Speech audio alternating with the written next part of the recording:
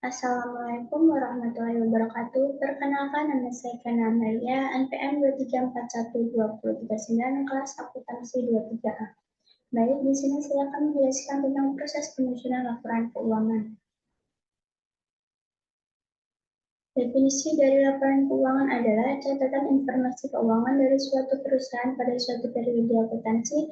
Keberadaan laporan keuangan dapat digunakan untuk menggambarkan kinerja perusahaan, khususnya dalam bidang keuangan.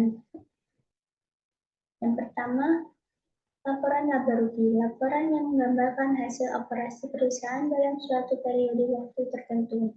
Komponen laba rugi ada 3, yaitu pendapatan, aliran penerimaan kas atau harta lain yang diterima dari konsumen sebagai hasil penjualan barang atau pembelian barang.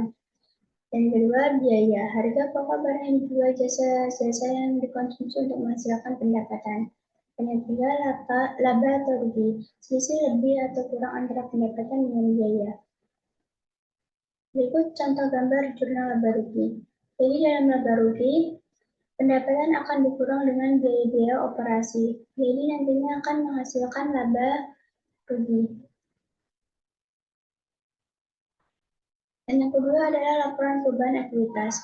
Laporan yang menggambarkan perubahan modal pemilik dikarenakan adanya laba atau rugi pada periode akuntansi.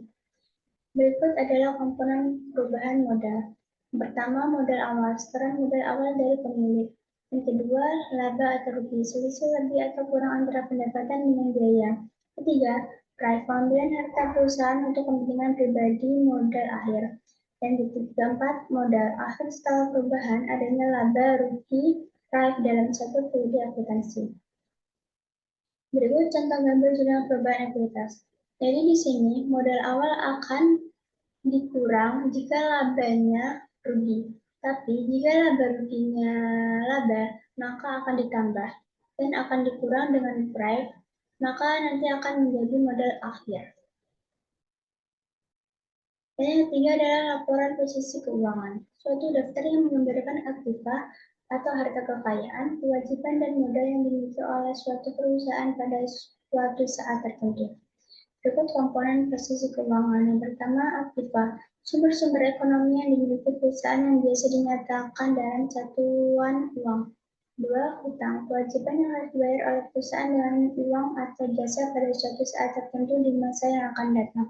Dan yang ketiga, modal. Hak pemilik perusahaan atas kekayaan perusahaan. Berikut contoh gambar jurnal posisi keuangan.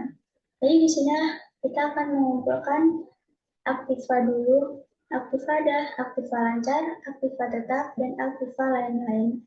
Dan di sini ada pasiva. Pasiva yaitu ada utang jangka pendek dan utang jangka panjang.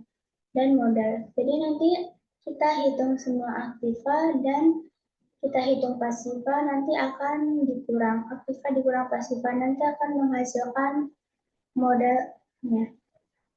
Jadi berikut penjelasan dari saya. Terima kasih. Saya akhiri. Wassalamualaikum warahmatullahi wabarakatuh.